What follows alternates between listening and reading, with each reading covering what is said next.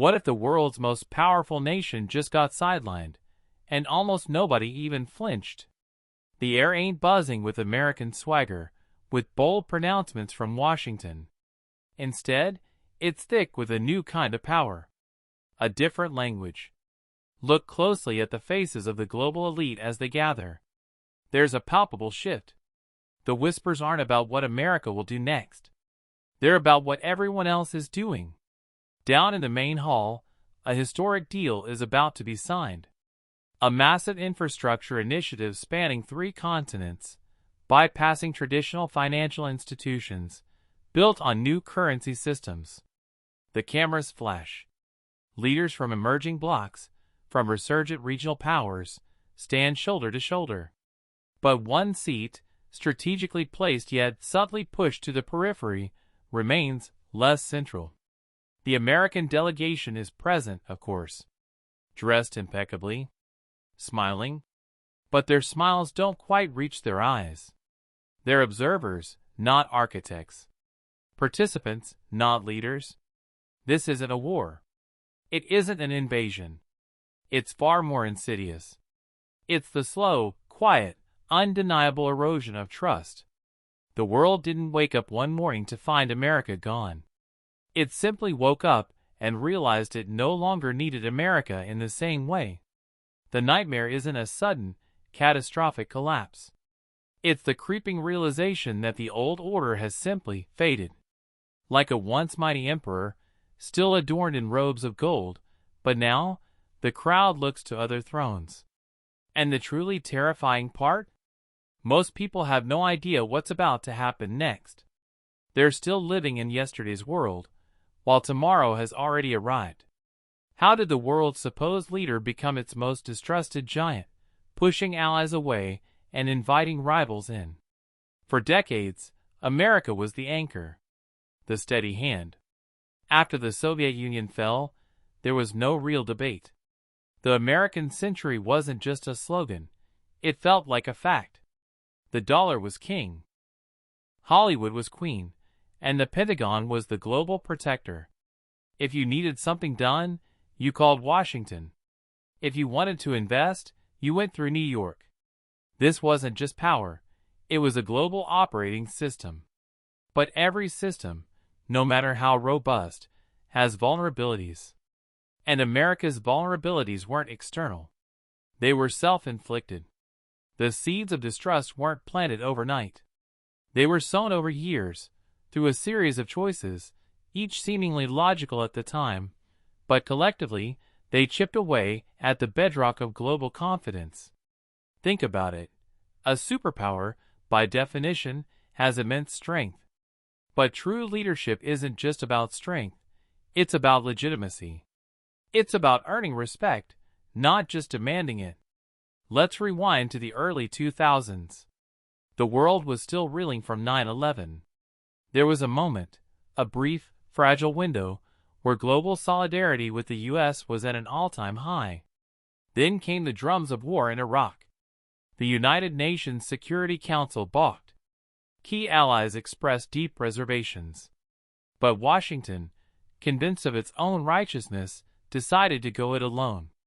Imagine your ambassador Chun, from a mid-sized Asian nation, sitting in the UN General Assembly during those tense debates.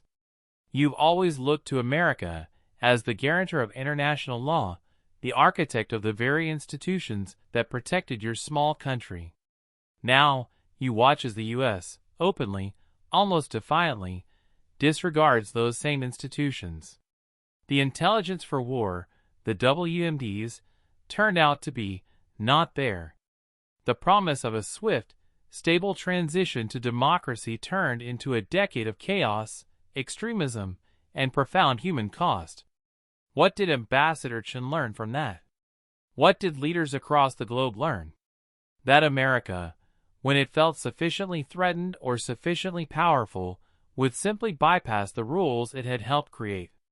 That its word, its intelligence, its commitments could be conditional. This wasn't just a single policy mistake. It was a fundamental shift in perception. If America wouldn't play by its own rules, why should anyone else? This pattern repeated itself.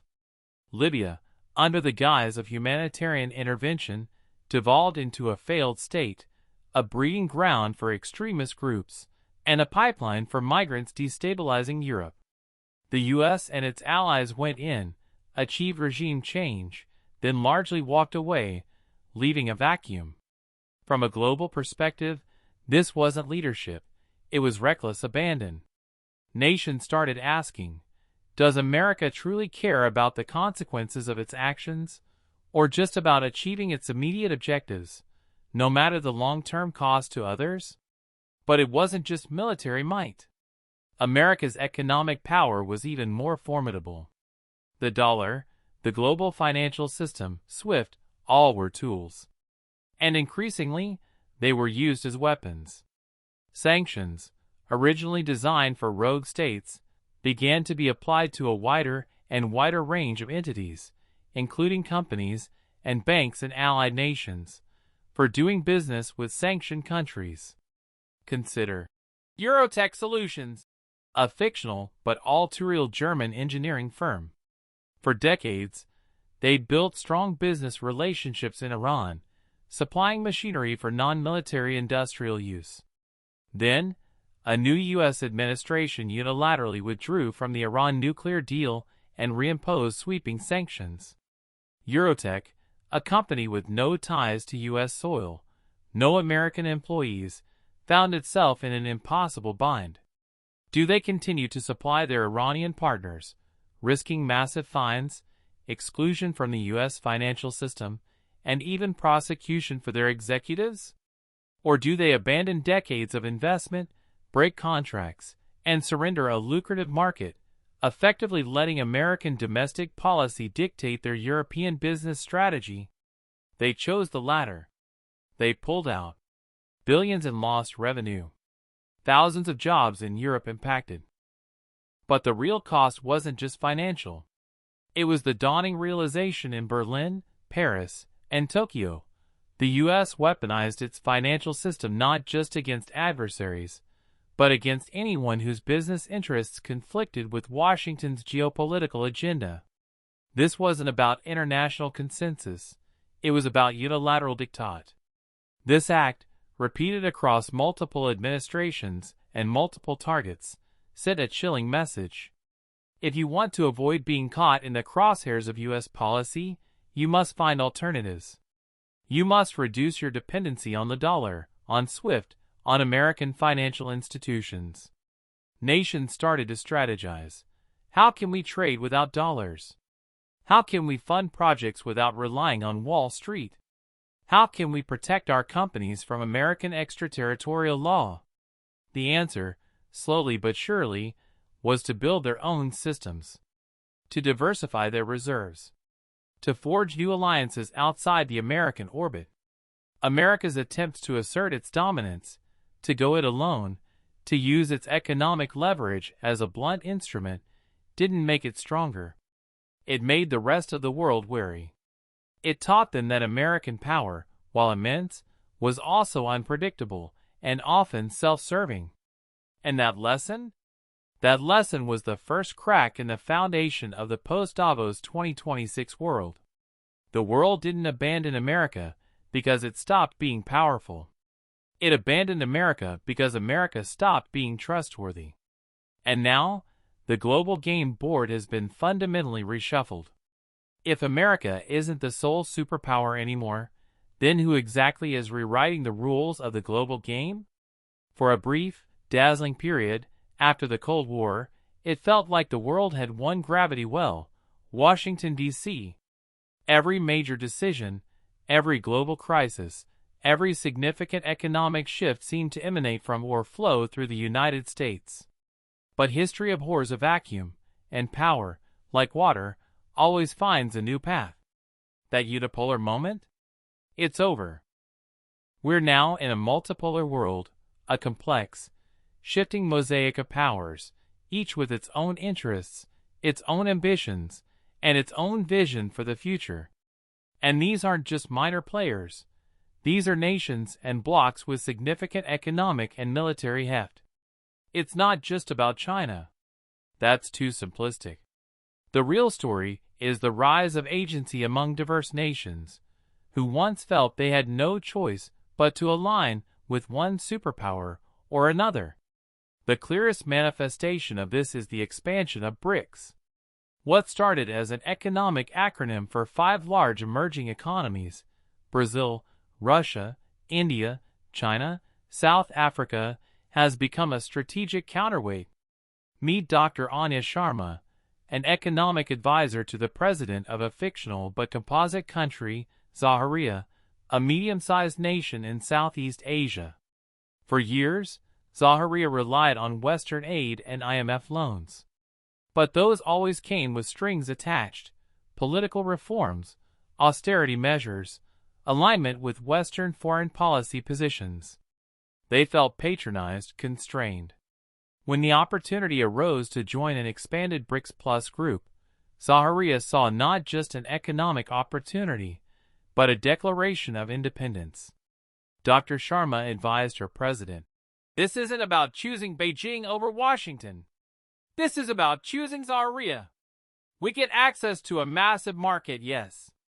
We can trade in our own currency, or yuan, or rupees, bypassing the dollar. We can borrow from the new development bank without the political sermons. Most importantly, we join a club where our voice is truly heard, not just tolerated." Zaharia's decision wasn't unique. Nations like Saudi Arabia, the UAE, Argentina, Egypt, and Ethiopia have either joined or are clamoring to join BRICS. Why? Because it offers an alternative.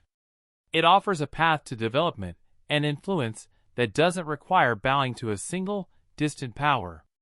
It's a collective hedge against unilateralism, a mechanism for de-risking from the US-dominated system. It's about building a multi-speed, multi-path global economy. Look to Africa. For generations, African nations were often seen as battlegrounds for proxy wars or recipients of aid, with limited agency. Today, African leaders are increasingly assertive. They choose partners based on mutual benefit, not ideological alignment. A new port in West Africa, financed by China, built by Turkish companies, with technical expertise from India. This isn't fantasy. This is the new reality. African nations are demanding respect, and they are finding partners willing to offer it without the historical baggage and political conditionalities often attached to traditional Western engagement. They are leveraging their own resources and strategic importance.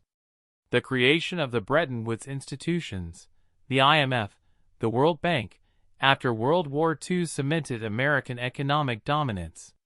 For decades, if you were a developing nation and needed capital, you went to these institutions, which were effectively extensions of Western economic policy. But just as new political blocs are emerging, so too are new financial architectures. Take the Asian Infrastructure Investment Bank, AIB. When it was first proposed, Washington lobbied intensely against it, urging allies not to join. But key U.S. allies, like the UK, Germany, and Australia, defied Washington and joined anyway. Why?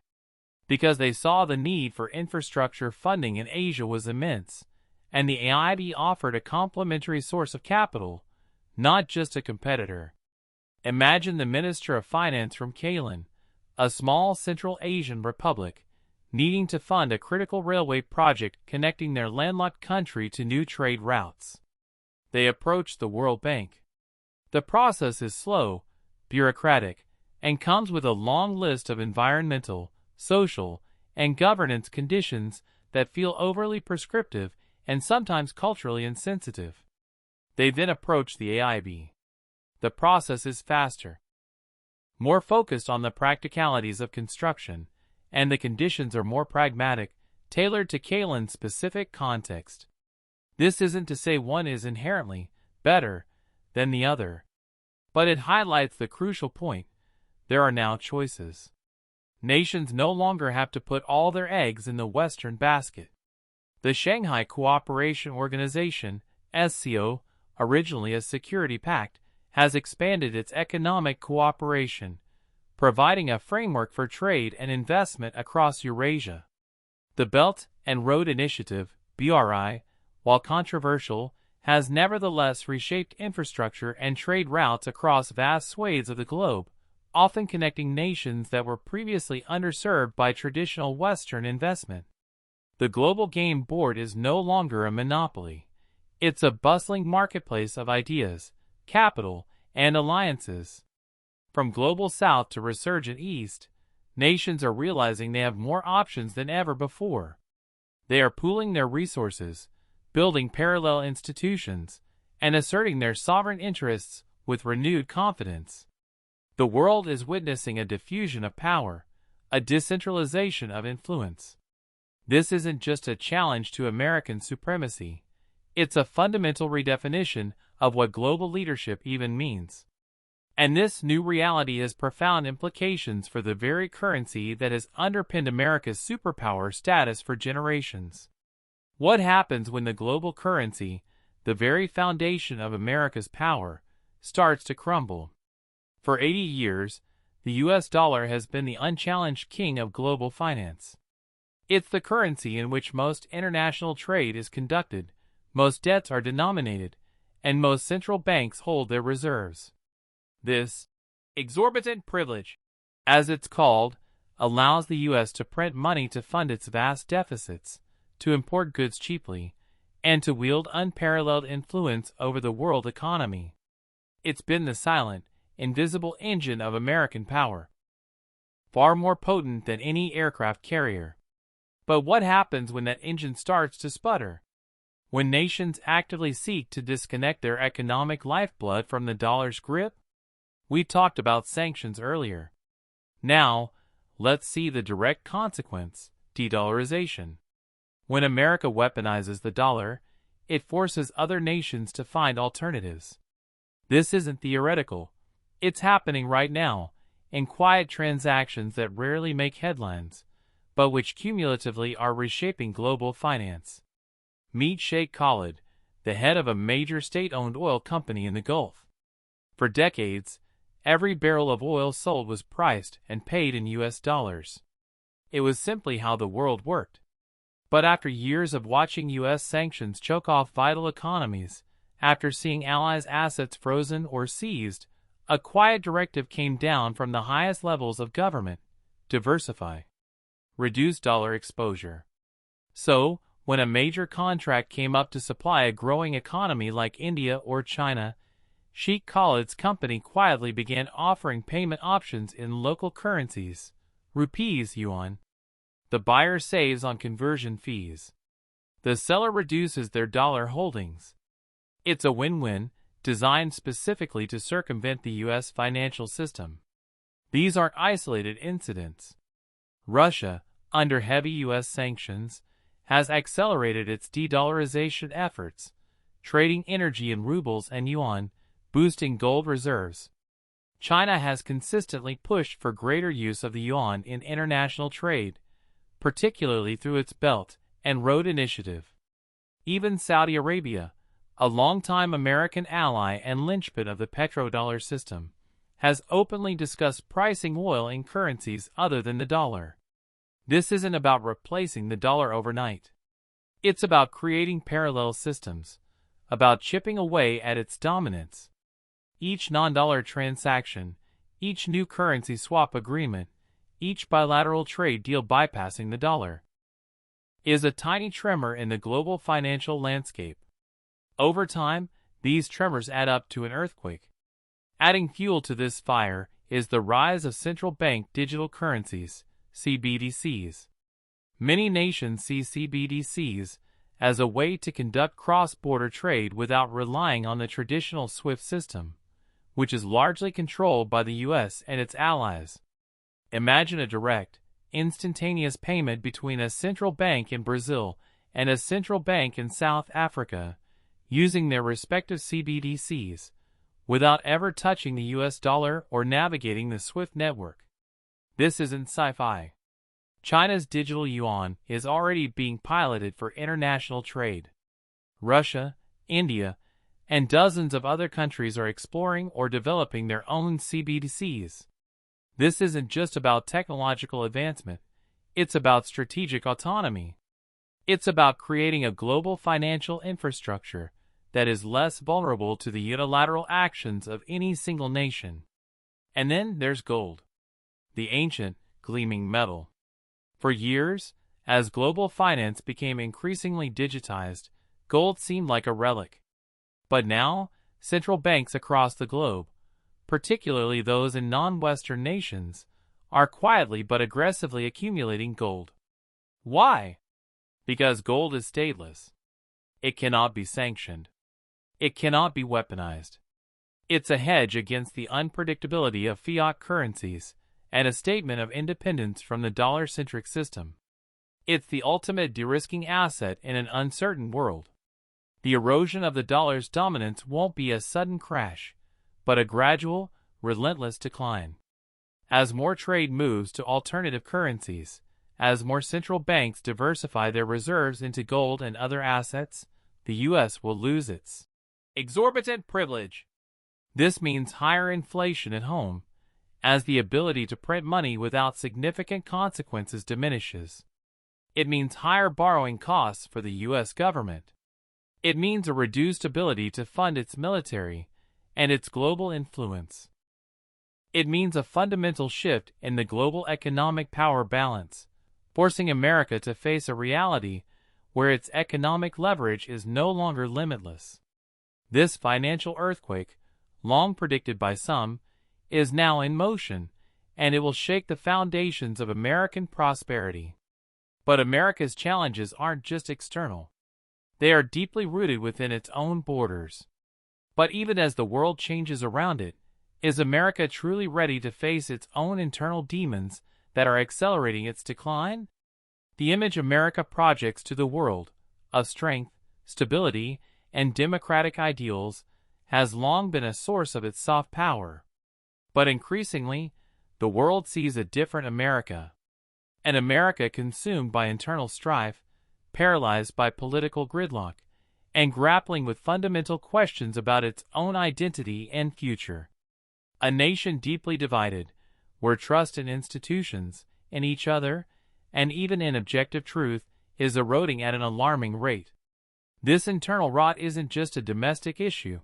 It's a global vulnerability, a beacon of weakness that undermines its credibility on the world stage. Imagine your ambassador Kim, a diplomat from a close U.S. ally in East Asia. You're watching news reports about the U.S. Congress, paralyzed by partisan infighting, unable to pass a basic budget or address critical infrastructure needs. Your country relies on American stability, on its promise to maintain global supply chains, to respond to crisis. But what you see is a government that seems incapable of governing itself.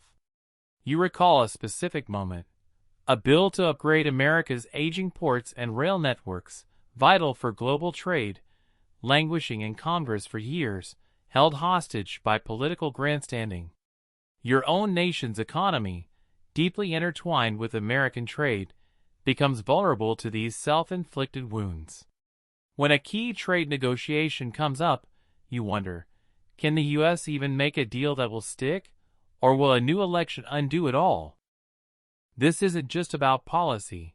It's about the reliability of a partner. The world watches this spectacle. It sees a nation too busy fighting itself to lead. It sees a political system that prioritizes scoring points over solving problems. This isn't a small thing. Other countries look at the dysfunction and conclude that America is an unreliable partner, prone to sudden policy shifts based on who is in power. They begin to diversify their alliances, their trade routes, their supply chains, not out of malice, but out of necessity. They need predictability, and America, caught in its internal battles, can no longer offer it. Beyond the legislative paralysis, there's a deeper crisis of trust. Trust in democratic institutions, in the electoral process, in the justice system, even in the media. When a significant portion of the American public doubts election results, when the very foundations of democratic governance are questioned from within, what message does that send to the world? Consider a developing nation, struggling to establish its own fragile democracy. They once looked to America as a shining example. Now, they see a nation where political violence flares, where democratic norms are openly challenged, where misinformation thrives unchecked. The moral authority, the soft power that America once wielded as an exemplar of democracy, is severely diminished. Why should they emulate a system that appears to be devouring itself? External adversaries, of course, exploit this. They amplify divisions, sow discord, and present America as a hypocritical, failing model. But even allies are left questioning. If America can't resolve its own internal divisions, if its leadership is constantly challenged from within, how can it lead on the world stage? How can it inspire confidence when its own house is in such disarray?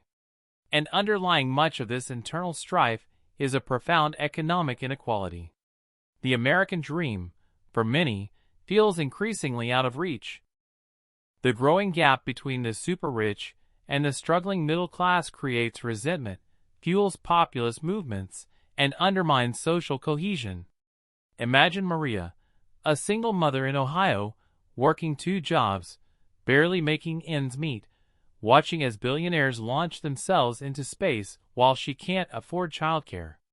Her frustration isn't just a personal struggle, it's part of a national malaise. This economic precarity, the feeling of being left behind, erodes the very social fabric that underpins a stable nation. A nation divided by wealth is a nation divided in spirit. This inequality isn't just a humanitarian concern, it's a national security issue. A population struggling to survive is less likely to support robust foreign policy, less likely to feel united in common purpose, and more susceptible to internal demagoguery. It makes America weaker, not just morally, but strategically. America's internal struggles are not abstract problems. They are concrete forces accelerating its decline as a global superpower. The inability to unify, to compromise, to address fundamental issues of governance and equity, broadcasts weakness to a world that increasingly demands consistency and reliability.